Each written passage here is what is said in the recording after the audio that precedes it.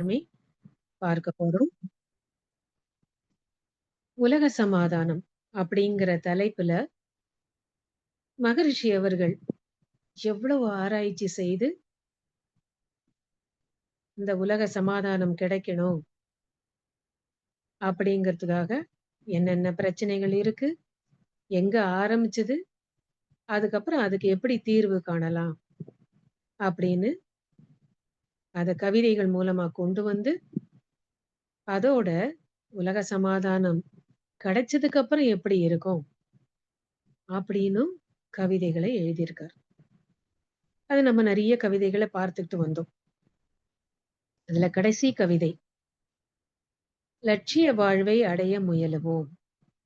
ஏன்னா இத்தனை கருத்துக்களை கொடுத்துட்டு அதுக்கப்புறம் இந்த லட்சிய வாழ்வை நம்ம எப்படி அடையணுங்கிறதுக்கு வேண்டிய வழியும் காமிச்சிட்டு அப்புறம் இந்த தலைப்பை ஏன் கொடுத்திருக்கார் அப்படின்னா, நம்ம எல்லாரும் முயற்சி செய்யணும் அப்படிங்கிறதுக்காக தான் இத கடைசி கவிதையா கொடுத்திருக்கார். எவ்வளவு அழகா எழுதியிருக்காரு பாருங்க. உலக சமாதானம் என்ற எல்லை தன்னை ஒவ்வொருவருக்கும் இப்போ காட்டிவிட்டேன். நில உலகில் இன்றைய வாழ்க்கை முறைக்கும் நினைவாக உள்ள அந்த உலகத்திற்கும் பலவாறு எண்ணிறந்த பேதம் உண்டு. எது பிராக்டிக்கலோ அப்படியே சொல்றார் மகரிஷி. ஏன்னா நம்ம இத கேட்கும்பொழுது இதெல்லாம் நடக்குமா அப்படிங்கிற கேள்விதான் நமக்கு. அதுவும் இப்ப இருக்கிற சூழ்நிலையை பார்த்தா அங்கங்க சண்டை, பாம் போடுறது, அடிச்சு தள்ளிட்டு இருக்காங்க. இதுல இயற்கை சீற்றங்கள் வேற அங்கங்க தன்னுடைய ஆற்றலை காமிச்சிட்டு இருக்கு. உலகம் முழுக்க பாக்குறோம். அப்போ இந்த உலக சமாதானம்ங்கிறது சாத்தியமா அப்படிங்கிற கேள்விதான் ஒவ்வொரு தலைவர்களும் அவங்கவங்க நடந்துக்கிறத பார்த்தோம்னா அதுதான் தோணுது. ஆனா இங்க எழுதுறார், நில உலகில் இன்றைய வாழ்க்கை முறைக்கும் நினைவாக உள்ள அந்த உலகத்திற்கும் பலவாறு எண்ணிறந்த பேதம் உண்டு. படிப்படியாய் அவை குறைய திட்டமிட்டு கலகமெழும் சூழ்நிலைகள் அனைத்தும் மாற்றும் கருத்துடனும் கொள்கையோடும் இனி நாம் வாழ்வோம். அப்ப எப்படி இனிமே நம்ம வாழற வாழ்க்கை இருக்கணுங்கிறதுக்கு வேண்டிய வழியும் கொடுக்குறார். ஆனா அதுக்கு வேண்டிய முறைகளை எல்லாம் சொல்லிட்டார். அத்தனை கவிதைகள் கிட்டத்தட்ட 200க்கு மேல இருக்கு. அந்த கவிதைகளை சொல்லிட்டார். சரி, இப்ப என்னென்ன சொன்னார் அப்படியே பிராடா நம்ம பார்ப்போம். ஒரு மனிதனுக்கு என்ன தேவை எல்லாமே 1955ல எழுதியிருக்காரு. எவ்வளவு தொலைநோக்கு பார்வை பாருங்க. மனிதருக்கு உணவு, உடை, வீடு வேண்டும். மற்றவர்கள் கருத்தறிய மொழியும் வேண்டும். இனியும் ஒருவர் உற்ற வயதடைந்தால் ஏற்றபடி வாழ்க்கைக்கு ஒரு துணையும் வேண்டும். தனி மனிதன் சக்திகளை ஒழுங்கு செய்து சகல விதமாம் வாழ்க்கை வசதியெல்லாம் புனித முறையில் பகிர்ந்து துய்த்து வாழ பொதுவான கூட்டாட்சி முறையும் வேண்டும். அதாவது அவர் என்ன லட்சியம், அவருக்கு என்ன லட்சியம்? உலக சமுதாய சேவா சங்கம் ஆரம்பிச்சது என்ன காரணம்? உலக சமாதானம் கிடைக்கணும். 2 உலக போர்களை பார்த்தார். லட்சக்கணக்கான மக்கள் அழிந்ததை பார்த்தார். இந்த மக்கள் அழிந்ததுக்கு காரணம் தலைவர்களுடைய அந்த அதிகார போதைதான். அப்போ இதனால மத்த மக்கள்லாம் எவ்வளவு கஷ்டப்படுறாங்க அப்படிங்கிற சாதாரண மக்கள் எப்படி, குழந்தைகள்ல இருந்து வயதானவர்கள் எல்லாரும் எப்படி அழிந்து போயிருக்காங்கிறதெல்லாம் பார்த்துதான் உலக சமாதானம் வரணும் அப்படிங்கிற அந்த நோக்கம் வந்துச்சு அவருக்கு. அப்போ ஆனா எப்படி வரும்? எல்லா இடத்துலயும் ட்ரை பண்ணி பார்த்துட்டார்.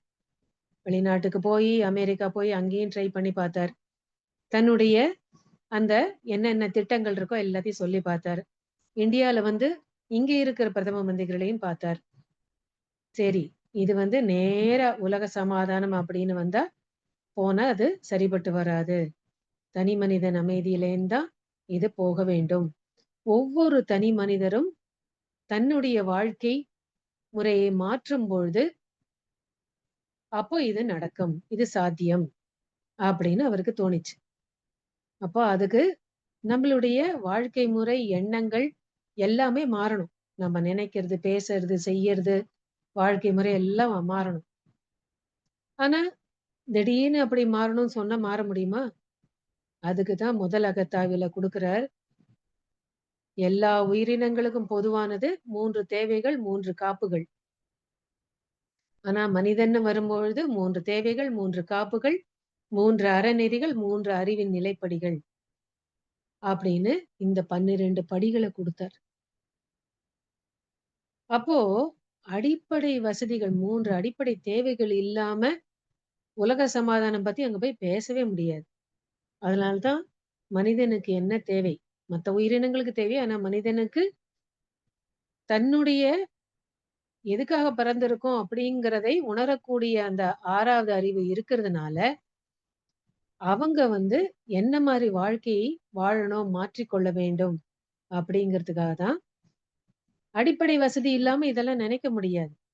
அப்படிங்கிறதுனால மனிதருக்கு உணவு, உடை, வீடு வேண்டும். அப்போ ரோட்டி, கப்படா, और मकान அப்படின்னு சொல்லுவாங்க. முதல் அடிப்படை தேவை பசி, தாகம். தண்ணி, சாப்பாடு. அதுக்கப்புறம் உடுக்க உடை. அதுக்கப்புறம் இருக்க இடம். இது 3ம் வேண்டும். எல்லா உயிரினங்களுக்கும் என்ன தேவை? பாதுகாப்பு, பராமரிப்பு. பாதுகாப்பு, பராமரிப்பு 2 இதுல அடங்கிடுச்சு. பராமரிப்புங்கும்போது உணவு, உடை. பாதுகாப்புங்கும்போது வீடு. இது அடங்கிடுச்சு. ஆனா, இது எதுல வருது? பொருளாதாரத்துல வருது. உணவு, உடை, வீடு இதெல்லாம் வேணும்னா, அப்போ ஒவ்வொரு தனி மனிதனுக்கும் அந்த பொருளாதார வசதி இருக்கணும். அவங்க கிட்ட அந்த பண வசதி இல்லைன்னா, இந்த அடிப்படை தேவைகள எங்கேருந்து பூர்த்தி செய்ய முடியும்? அப்ப இது தேவையா இருக்கு. அப்போ பொருளாதாரம்.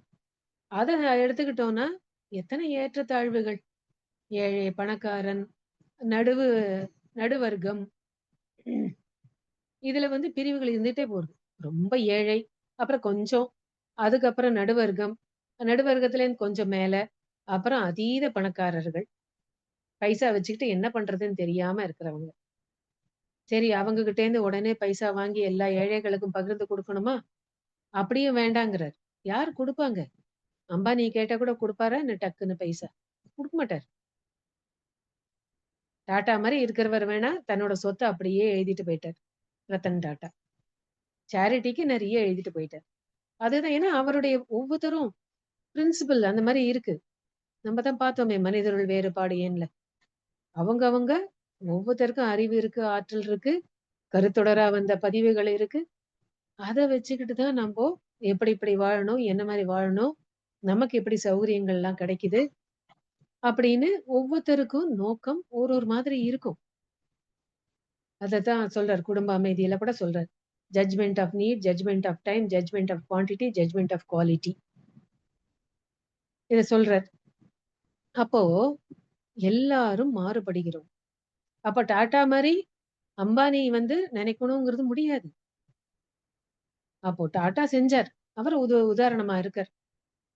அந்த மாரி சில பேர் வந்து அத உதாரணமா எடுத்துக்கலாம். சில பேர் அம்பானிய உதாரணமா எடுத்துப்பாங்க.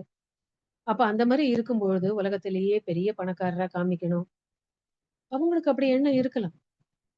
அப்போ அந்த மாரி இருக்கிறவங்க கிட்டேருந்து நீங்க பைசாவ ஏழைகளுக்கு எல்லாருக்கும் குடுத்துடுங்க அப்டின்னா குடுப்பாங்களா என்ன? சான்ஸே இல்ல. அப்போ அந்த மாதிரி பொருளாதாரத்தை சமநிலைக்கு கொண்டு வரணும். அதுக்கு வேண்டிய வழிமுறைகள குடுத்திருக்காரு. அவங்க மட்டும் இல்ல, அவங்களோட அரசாங்கமும் சேரணும். பொதுமக்களும் சேர்ந்து அதுக்கு ஏத்த மாரி எப்படியெல்லாம் மாற்றத்தை கொண்டு வரணும்னு எழுதியிருக்காரு. அப்ப இந்த உணவு, உடை, வீடு இதுல தனி மனிதனுக்கும் அந்த பொருளாதார வசதி இருக்கணும். அப்புறம் எல்லாரும் சேர்ந்து பணக்காரர்கள் கிட்ட இருக்கிறத எப்படி பகிர்ந்து கொள்ள வேண்டும் அப்படிங்கிற அந்த ஒரு வழிமுறையும் தெரியணும். அதுக்கு வேண்டியது தான் உலக சமாதானத்துல குடுத்திருக்காரு. இனியும் ஒருவர் மற்றவர்கள் கருத்தறிய மொழியும் வேண்டும். வெறுமனே உழைக்கணும், உழைக்கணும்னு சொல்றாரா? இல்ல. ஒரு மொழி தேவை. அந்த மொழி எப்படி இருக்கணும்? அப்படின்ட்டு அதையும் சொல்றாரு. 2 மொழி போரும். ஒண்ணு தாய்மொழி, இன்னொன்னு உலகம் முழுக்க ஒரு பொதுவான ஒரு மொழி வேண்டும். அப்படின்ட்டு சொல்றாரு. மத்த மொழிகள்ல இருந்து கூட எந்த வார்த்தைகள் தேவையோ எல்லாத்தையும் சேர்த்து ஒரு பொதுவான மொழி உலகளாவ அந்த மொழியை நாம் ஏற்படுத்த வேண்டும் அப்படின்னு சொல்றார். ஏன் சொல்றார்? ஒரு இடத்துல இருக்கிற மக்கள் எல்லாம் உலகம் முழுக்க சுற்றி வரணும். அங்கங்க வெவ்வேறு கலாச்சாரங்கள் இருக்கு. அத எல்லாரும் தெரிஞ்சுக்கணும். ஜாதி, மதம், ம் அதுக்கப்புறம் மொழி, இனம் இதெல்லாம் தாண்டி மக்கள் வந்தா தான் உலக சமாதானம்ங்கிறது வரும். அதனால மொழியும் பொதுவா இருக்கணும் அப்படிங்கிறார். அப்புறம் இனியும் ஒருவர் உற்ற வயதடைந்தால் ஏற்றபடி வாழ்க்கைக்கோர் துணையும் வேண்டும். அப்போ ஒவ்வொருத்தரும் அந்த மாதிரி அடிப்படை தேவைகள பூர்த்தி செய்யும்பொழுது இந்த வாழ்க்கையை விட்டுடணுமா? இல்ல. அந்தந்த வயசுக்கு ஏத்த மாரி என்னென்ன அவங்களுக்கு கிடைக்கணுமோ கிடைத்தா தான், உணர்ச்சி பூர்வமா என்னென்ன பிரச்சனைகள் இருக்கோ அதெல்லாமும் சரி செய்ய வேண்டும். இல்லைன்னா அதனால பிரச்சனைகள் வரும். அப்போ அந்தந்த வயதுக்கு ஏத்த மாரி அவங்களுக்கு வாழ்க்கை துணையும் இருக்கணும். அப்படின்ட்டு அதையும் சொல்றார். சரி இப்ப உடை அப்படின்னு எடுத்துக்கிட்டா, அதையும் சொல்றார். குழந்தைங்க என்ன மாரி உடுத்திக்கணும்? 10 வயதுக்கு மேல எப்படி உடுத்திக்கணும்? அதுக்கப்புறம் வயது வந்தா எப்படி உடுத்திக்கணும்? ஆண் குழந்தைங்களுக்கு, பெண் குழந்தைங்களுக்கு ஒவ்வொருத்தருக்கும் அந்த உடை எப்படி இருக்கணும்? அப்புறம் திருமணம் ஆனதுக்கு அப்புறம் அவங்க உடை எப்படி இருக்கணும்? அதையும் சொல்றார். அதோட மட்டும் இல்ல, கவர்ச்சியா உடை உடுக்க வேண்டாம். கவர்ச்சியுள்ள அலங்காரம் யாருக்காக? காண்பவர் நெஞ்சில் என்ன தோன்றும்? கவர்ச்சியினால் அடைந்த பயன்தான் என்ன? கண்ணியமா உடை ஒழுக்கம் கடைபிடிப்போம். அப்படின்ட்டு சொல்றார். அப்போ எல்லாவற்றிலும் அந்த அறநெறி வாழ்க்கை வரணும். ஒழுக்கம், கடமை, ஈகை. ஒழுக்கம். எண்ணம், சொல், செயலால் தனக்கோ, பிறருக்கோ, தற்காலத்திலோ, பிற்காலத்திலோ, உடலுக்கோ, மனதுக்கோ துன்பம் கொடுக்காத செயல் எல்லாம் ஒழுக்கமுள்ள செயல். அப்போ உணவு, உடை, வீடு இதெல்லாம் பொருளாதாரத்துல அடங்கினா கூட, அதுலயும் ஒழுக்கம், கடமை, ஈகை. அந்த அறநெறி அதுல இருக்கணும். அடங்கி இருக்கணும். அப்பதான் இந்த உணவு உற்பத்தியில அடல்ட்ரேஷன் இருக்காது. உடை உடுத்துவதுல அந்தந்த சீதோஷ்ண நிலைக்கு ஏத்த மாரி எப்படிப்பட்ட உடை இருக்கணும்?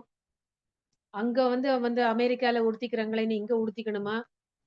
இதெல்லாம் நெனச்சு பார்த்து, யோசிச்சு பார்த்து வாழ்க்கை முறையை மாற்றிக்கொள்ள முடியும் நம்மளால. அதுக்கப்புறம் வீடு. எவ்வளோ பெரிய வீடு வேணும்? நம்ப எல்லாரும் சேர்ந்து எப்படிப்பட்ட வாழ்க்கை வாழறோம்? அதுக்கேத்த மாரி வீடு வேணுமா? சொல்லியிருக்காரு அதுவும். எத்தன அடிக்கு எத்தன அடி? எல்லாருக்கும் வீடு இருக்கணும். அந்த ரூம் எப்படி இருக்கணும்? அதெல்லாம் கூட எழுதியிருக்காரு உலக சமாதானத்துல. அப்போ எதையும் விட்டு வைக்கல மகரிஷி. அப்ப அந்த அளவுக்கு போறோங்கிறார். எல்லாமே பொதுவா ஒரு இடத்துல நமக்கு கிடைச்சிடுச்சுன்னா, எதுக்கு அவ்ளோ பெரிய வீடு வேணும்? அப்புறம் குழந்தைங்கள நம்ம வளர்க்க போறதில்ல. இப்போ குழந்தைங்களுக்காக தான் பெரிய வீடு வேணும்னு நம்ம நெனைக்கிறோம். குழந்தைங்கள அறிஞர்கள் அவங்கலாம் வளர்க்க போறாங்க. முதியோர்கள் வளர்க்க போறாங்க. அனுபவம் மிக்கவர்கள் வளர்க்க போறாங்க. அதுக்கப்புறம் குழந்தை பொறந்த உடனே அங்க கொண்டோய் விட்டுடணும். அதுக்கு வேண்டிய பிளானையும் குடுத்துருக்காரு. நம்ம குழந்தைங்கள வளர்க்கும்போது, பாசம், பற்றுங்கிறத இதுல வளர்க்குறோம். அதனால பிரச்சனைகள் வருது. அதனால அவங்க முதியோர்கள், அனுபவம் மிக்கவர்கள், அறிஞர்கள் வளர்க்கணும். அந்த கல்வி முறை எப்படி இருக்கணும்? எழுத்தறிவு, தொழிலறிவு, இயற்கை தத்துவ அறிவு, ஒழுக்க பழக்க வழக்கங்கள். அதையும் அங்க குடுத்துட்டார். அந்த கல்வி முறை என்னென்ன கல்வி இருக்கணும்? இப்ப இருக்கிற வெறும் பணம் சம்பாதிக்கிற கல்வியா? இல்ல. எல்லாமே அங்க அடங்கியிருக்கு அவர் சொல்றதுல. அப்போ இந்த உலக சமாதானம்ங்கிறதுல எல்லாம், எல்லா பிரான்ச்சையும் தொட்டுட்டு போயிருக்கார். தனி மனிதன் சக்திகளை ஒழுங்கு செய்து, சகல விதமாம் வாழ்க்கை வசதியெல்லாம் புனித முறையில் பகிர்ந்து துய்த்து வாழ பொதுவான கூட்டாட்சி முறையும் வேண்டும். தனி மனிதன் சக்திகளை ஒழுங்கு செய்து, ஒழுங்கு செய்யறது யாரு? ஒவ்வொருத்தருக்கும் அடிப்படை தேவை வேண்டும் அப்படின்னு யாரு யோசிக்கணும்? அரசியல்வாதிகள் யோசிக்கணும். தலைவர்களா வரவங்க தான் யோசிக்கணும். அப்போ அரசியல் தலைவர்கள் சரியா செலக்ட் பண்ணணும். அதனாலதான் சொல்றார், "வாழத் தெரியாதோர் பெரும்பாலோர் வாழும் நாட்டில் ஆளத் தெரியாதோர் ஆட்சியே நடைபெறும்." அப்படின்ட்டு சொல்றார். அப்போ நம்பல்லாம் நம்மளுடைய தலைவர்களை தேர்ந்தெடுக்க வேண்டும் என்றால், நம்மளுடைய அறிவு நிலை உயர வேண்டும். எப்பொழுதுமே மனிதனோட அறிவு விலங்கின பதிவுகளோட இல்லாம அதுலேருந்து மேல வரணுங்கிறார். அப்ப அந்த விலங்கின பதிவுலேருந்து மேல வரணும்னா, அதுக்கு வேண்டிய பயிற்சி முறைகள் தேவை. அததான் இங்க குடுக்குறார். அப்புறம் அரசியல் தலைவர்களும் நம்ம எப்படி தேர்ந்தெடுக்க வேண்டும் அப்படின்னா, ஒவ்வொரு தனி மனிதனும் மாறணும். அப்போ நம்மள நாம் மாற்றிக்கொள்ள வேண்டும். நம்மகிட்ட இருக்கிற உணர்ச்சி நிலையிலேருந்து உணர்வு பூர்வமா நம்ம வரணும். அப்ப அதுக்கு தான் கர்ம யோகத்துல குடுக்குறார். நன்றி உணர்வு, விளைவறிந்த விழிப்பு நிலை. எல்லாத்தையும் எப்படி தொட்டிருக்காரு பாருங்க. நம்போ அந்த மாரி உலக சமாதானத்துல நம்மளுக்கெல்லாம் குடுக்குறவங்களா இருந்தா, அப்ப அங்கேயும் நன்றி உணர்வு வேணும். அம்மா, அப்பால விட்டு தனியா பிரிந்து வாழப் போறாங்க குழந்தைங்க. அப்போ யார் யாருக்கெல்லாம் இருக்கணும்? அந்த நன்றி உணர்வு, பெரியோர்கள், முதியோர்கள், அறிஞர்கள், அந்த பேசிக் குவாலிட்டி நன்றி உணர்வு இருக்கணும். அப்புறம் வாழ்க்கை வாழும் முறை எப்பொழுதும் ஒரு விழிப்பு நிலையில இருக்கணும். அப்ப இதெல்லாம் எப்படி கிடைக்கும்? அரசியல் தலைவர்கள்லாம் எப்படி சரியான தலைவர்களா தேர்ந்தெடுப்பாங்க? அந்த தலைவர்கள்லாம் எப்படி சரியான தலைவர்களா வருவாங்க? அப்படின்னா, அதுக்கு அத்வைத தத்துவத்தை உணர வேண்டும். அப்ப அதுக்கு என்ன செய்யணும்? எல்லாருமே தவம் எடுத்துக்கொள்ள வேண்டும். நாம எங்கேருந்து வந்திருக்கோம்? எங்க போய் சேர போறோம்? எப்படி வந்திருக்கோம்? நம்மகிட்ட இந்த மாரி பதிவுகள்லாம் ஏன் இருக்கு? என்ன விதமான கர்ம பதிவுகள்லாம் இருக்கு? சஞ்சித கர்மம், பிராரப்த கர்மம், ஆகாமிய கர்மம் இந்த விஷயங்கள்லாம் தெரிஞ்சுக்கணும். கர்மய்யம்ங்கிற அந்த கருத்தை புரிந்து கொள்ள வேண்டும். அப்புறம் எல்லாரும் ஒரே மூலத்திலேருந்து தான் வந்திருக்கோம். பதிவுகள எடுத்துக்கிட்டு வந்திருக்கோம். அப்புறம் நம்ப நெனைக்கிறது, பேசுறது, செய்யறது எல்லாமே எனக்குள்ள பதிவாகுது. வான்காந்தத்துல பதிவாகுது. அதுக்கேத்த மாரி விளைவுகள் வருது. அதுக்கேத்த மாதிரி செயல் விளைவு தத்துவத்தை புரிந்து கொள்ள வேண்டும். எத்தன விஷயங்கள குடுத்துருக்காங்க பாருங்க. அப்போ எல்லாரும் ஒரே மூலத்திலேருந்து தான் வந்திருக்கோங்கிற அந்த அத்வைத தத்துவத்தை தெரிந்து கொண்டால், இங்க ஜாதி, மதம், இனம், மொழி இதெல்லாம் எங்க வரும்? நாடு எல்லாத்தையும் தாண்டி போக முடியும். அப்போ அந்த தத்துவத்தை புரிந்து கொள்வதற்கு மகரிஷி நமக்கு பயிற்சி முறைகள குடுத்துருக்காங்க. அப்போ என்கிட்ட என்ன நான் புரிஞ்சுக்கணும் முதல்ல. என்னுடைய உடலை நன்றா வச்சுக்கணும். என்னுடைய மனதை நல்லா வச்சுக்கணும். என்னுடைய உயிரின் வளத்தை அதிகப்படுத்திக் கொள்ள வேண்டும். அதுக்கு வேண்டிய பயிற்சிகள். அப்புறம் என்கிட்ட சரி, நான் வந்திருக்கேன். விலங்கின பதிவோட வந்திருக்கேன். அம்மா, அப்பாக்கு வழியா வந்ததுனால அந்த கருத்தொடரா வந்த பதிவுகள்லாம் இருக்கு. இதை நான் எப்படி போக்கிக் கொள்ள வேண்டும்? அதுக்கு வேண்டிய பயிற்சி முறைகள் என்னென்ன? இதெல்லாம் செய்து என்னை நான் உயர்த்திக் கொள்ள நான் தனி மனிதன் இல்லை. ஒரு சமுதாயமா வாழ்ந்துட்டு இருக்கேன். நானும் ஒரு சமுதாய பிரஜை தான். அப்ப என்ன செயல் செய்தாலும் அது எனக்கோ, மற்றவர்களுக்கோ பாதிப்பு இல்லாம இருக்கணும். அப்படிங்கிற அந்த உயர்ந்த நோக்கம், அந்த நோக்கம் மாறும். இல்லைன்னா, எல்லை கட்டி கொள்ளும் பொழுது அந்த நோக்கமே தவறான நோக்கமா இருக்கு. ஆரம்பத்துல நமக்கு விளைவு நல்ல விளைவா குடுத்துடும். பின்னாடி அடி வாங்கும். அதனால தான் ஒரு விளைவு செய்த செயலுக்கு விளைவுனா, இடம், காலம், தொடர்பு கொள்ளும் பொருள், நோக்கம், திறமை.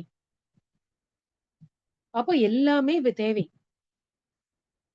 கடவுளே எல்லாம் குடுப்பார்ன்னு முயற்சியே எடுக்காம இருந்தா, என்ன பண்ண முடியும்? அப்போ அந்த நோக்கம் சரியா இருக்கணும். நம்ம தொடர்பு கொள்ளும் பொருள் சரியா இருக்கணும். அப்புறம் திறமைய உபயோகப்படுத்தணும். அப்ப அதுக்கு என்ன செய்யணும்? என்னை நான் புரிந்து கொள்ள வேண்டும். நான் யாருன்னு தெரிஞ்சுக்கணும்.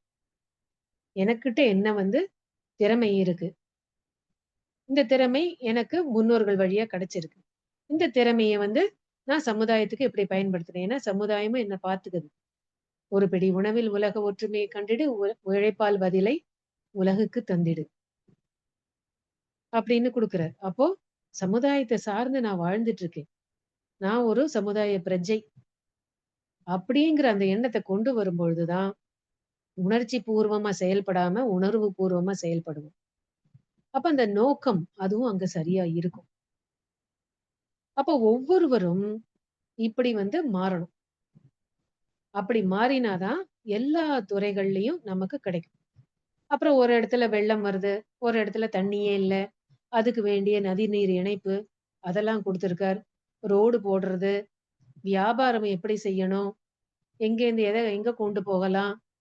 எதிலயுமே ஒரு ஏமாற்று தன்மை இல்லாம, அந்த செயல் விளைவு தத்துவத்தை புரிந்து கொண்டு, எனக்கு மட்டும் நான் செய்யற தவறுகள் என்னோட மட்டும் இல்ல, பின்னாடி வர சந்ததிகளுக்கும் அது போய் சேரும். அப்படிங்கிற இந்த செயல் விளைவு தத்துவத்தை புரிந்து கொண்டால், அதோட மட்டும் இல்ல, இது சமுதாயத்தையும் பாதிக்கும். அப்படிங்கிற அந்த சமுதாயத்தையும் புரிந்து கொண்டால், அப்போ நாம் வாழும் வாழ்க்கை சரியான பாதையில போகும். அப்போ ஒவ்வொரு கருத்தையும் மகரிஷி ஆராய்ந்து எல்லா துறைகள்லயும் சிலது நான் கூட விட்டுருக்கலாம். கலைகள், சினிமா துறை. சினிமா எப்படி இருக்கணும்? அது ஒரு பெரிய உதவி அது. அது வழியா எவ்ளோ போலாம். ஒண்ணும் இல்ல. இப்ப ஆனந்த வாழ்க்கைன்னு அந்த படம் எடுத்தாங்க. நம்மளுடைய பயிற்சிகள் என்னென்ன இருக்கு, ஆழியார்ல என்ன குடுக்குறாங்கன்னு அந்த கருத்த கொண்டு வந்தாங்க. அப்ப அது வழியா பாருங்க, எவ்வளவு விஷயங்கள் போய் சேர்ந்திருக்கு. அத பார்க்கிறவங்க குறைச்சலா இருக்கலாம். ஆனா பார்த்தா கூட ஒரு இம்பாக்ட் குடுக்குமா? குடுக்காதா? அப்ப அந்த மாதிரி கலைகளை எத்தனையோ விதமா உபயோகப்படுத்திக் கொள்ள முடியும். அப்புறம் இப்ப இருக்கிற நம்ப கருத்துக்கள், நம்ப கொண்டாடுகின்ற பண்டிகைகள், இதெல்லாம் ஏன் வந்துச்சு? அப்புறம் எதெல்லாம் தேவை? எதெல்லாம் விட்டுடணும்?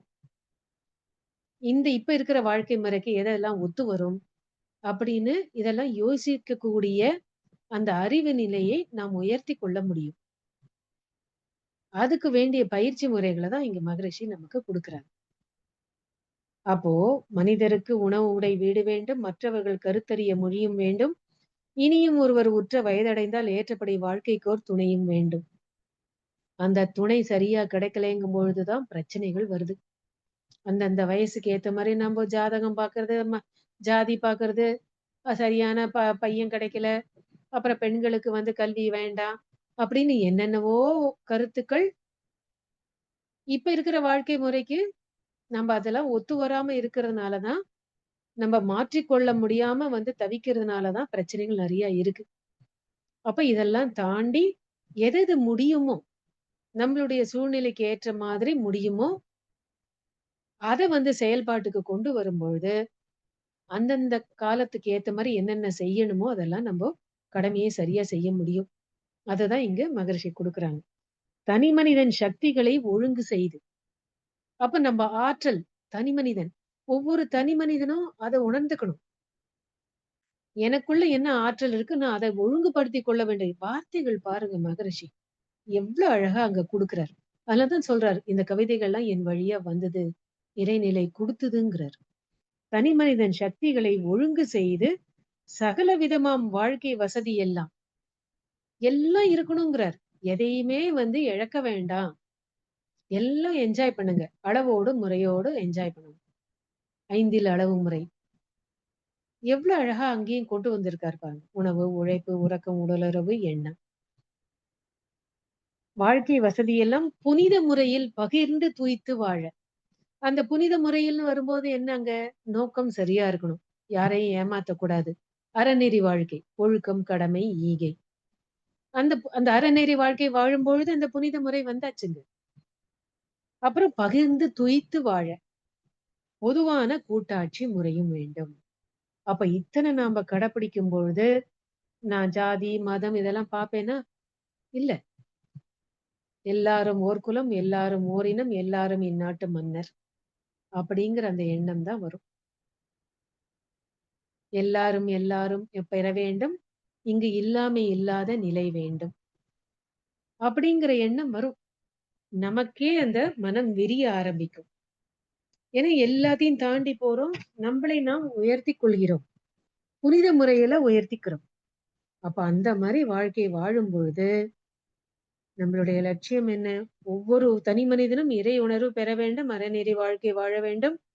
இறை உணர்வு பெறும்பொழுது இந்த உலக சமாதானம்ங்கிறது எங்கேயும் இல்ல. தள்ளி இல்ல. நிச்சயமா கைக்கு தூரத்துல தான் இருக்கும். அப்ப அத்தன கருத்துக்களையும் மகரிஷி கொண்டு வந்துட்டார். ஆனா என்ன சொல்றார்? நான் இப்ப இந்த கருத்துக்கள் குடுத்த இது வந்து அதுக்கும், இப்ப இருக்கிற வாழ்க்கைக்கும் பேதம் இருக்கு. ஆனா, அத படிப்படியா குறைக்கணும். அத குறைக்கணும்னா, திட்டமிட்டு குறைக்க வேண்டும். நான் திட்டத்த குடுத்தாச்சு. நீங்க கொஞ்சம் கொஞ்சமா உங்க ஒவ்வொருவரையும் நீங்க மாற்றிக்கொண்டு, மாற்றிக்கொண்டு அந்த மாரி உயர்ந்த நிலைக்கு நம்ப அறிவை உயர்த்திக் கொண்டு போகும்பொழுது, என்னுடைய வாழ்க்கை பாதையை நான் மாற்றிக்கொண்டு வாழும் வாழ்க்கை அப்படி இருக்கும்பொழுது, அந்த டிஃபரன்ஸ் அந்த தூரம் அது குறைய ஆரம்பிக்கும். அப்படி குறைந்து குறைந்து குறைய குறைய, கலகமிழும் சூழ்நிலைகள் அனைத்தும் மாற்றும் கருத்துடனும் கொள்கையுடனும் இனி வாழ்வோம். அப்போ இந்த மாரி சூழ்நிலை இனிமே எழ வேண்டாம். நம்ப பார்க்கிறோம். இன்னும் சண்டை நடந்துட்டு இருக்கு. 3ஆம் உலகப் போர் வருமோ அப்டின்னுட்டு, பாரிஸ்ல அந்த பிரைம் மினிஸ்டர் அதுக்கேத்த மாரி ரெடியா இருங்க நீங்க எல்லாரும். நாடு முழுக்க அந்த மாரி உலகப் போர் வந்ததுன்னா, எப்படி எப்படியெல்லாம் ஆக்ஷன் எடுக்கணும்? அந்த மாரி உலகப் போருக்கு நம்ம வந்து பார்ட்டிசிபேட் பண்ணோம்னா, என்ன மாரி எல்லாரும் அடிபடுவாங்க. அதுக்கேத்த ட்ரீட்மெண்ட் என்ன குடுக்கணும்? ஹாஸ்பிட்டல் எல்லாத்தையுமே ரெடி பண்ணி வச்சுக்கணும். அப்படின்ட்டு வந்து அந்த மாரி ஒரு அட்வைஸ குடுத்திருக்காராம். அப்போ எப்படி மனநிலை எல்லாருக்கும் இருக்கு பாருங்க. அப்ப இந்த மாதிரி 3ஆம் உலகப் போர் வேண்டாம். அப்படிங்கிற எண்ணத்தை குடுக்கணும். தலைவர்கள், உலகத் தலைவர்கள்லாம் எல்லாரும் ஓருலக ஆட்சிக்கு வர வேண்டும். அப்படின்னு நம்ப அந்த எண்ண அலையை நம்ப அனுப்பணும். அதனால தான் மகரிஷி காத்தால எழுந்த உடனே, "உலகம் வாழ்க வையகம், வாழ்க வையகம், வாழ்க வளமுடன்" அப்படின்னு 10 முறை சொல்லுங்கங்கிறார். அந்த அமைதி நிறையில சொல்லுங்க. ஏன்னா அதுக்கப்புறம் நம்மளுக்கு என்ன சமைக்கிறது? யார அனுப்புறது? என்ன பண்ணணும்? எங்க ஃபோன் வந்திருக்கு? யாருக்கு ஃபோன் பண்ணணும்னு இப்படி வந்துடும். அதனால எழுந்து உட்கார்ந்துட்டு உடனே அதுக்குள்ள போகறதுக்குள்ளயே நீங்க உலகத்த நினைச்சு வாழ்த்திடுங்கங்கிறார். அப்போ இதெல்லாம் நாம்போ எப்போ, எப்படி, எவ்வளவு தூரம் கடைப்பிடிக்க முடியுமோ, நம்ம அத கடைப்பிடிக்க, கடைப்பிடிக்க நம்ம மற்றவங்களுக்கு உதாரணமா இருக்கும்பொழுது, இந்த லட்சிய வாழ்வை நம்ம அடைய முயலுவோம்னு தான் சொல்றாரு. பாவம். ஏன்னா, அவங்கவங்க எல்லாருமே குடும்ப வாழ்க்கையில இருக்கோம். முயற்சி செய்யணும் அப்படின்னு சொல்லி லட்சிய வாழ்வை அடையுங்கள். அடைவதற்கு நீங்க செ அ ஸ்டெப்ஸ் எடுங்க. கட்டாயப்படுத்தல நம்மள. ஏன்னா டோன்ட் கமெண்ட், டோன்ட் டிமாண்ட்ன்னு அவர் குடுத்துட்டார் நமக்கு அறிவுரை. அதனால லட்சிய வாழ்வை அடைய முயலுவோம்னு நமக்கு அந்த ஒரு ஆப்ஷன நம்மகிட்ட குடுக்குறாரு மகரிஷி. சரியா? உலக சமாதானம், கவிதைகள் எல்லாரும் பார்த்தோம். இன்னும் நெறைய ஏதாவது விட்டு போயிருக்கலாம். ஆனா, நமக்கு அத்தனையும் குடுத்திருக்கார். அப்போ நம்ம இந்த பயிற்சிகளை செய்து, நம்மை மாற்றிக்கொண்டு என்னென்னலாம் நம்மளால செய்ய முடியுமோ அத்தனையும் செய்து வாழ்வோம். முயற்சி செய்வோம். அனைவருக்கும் நன்றி. வாழ்க வளமுடன்.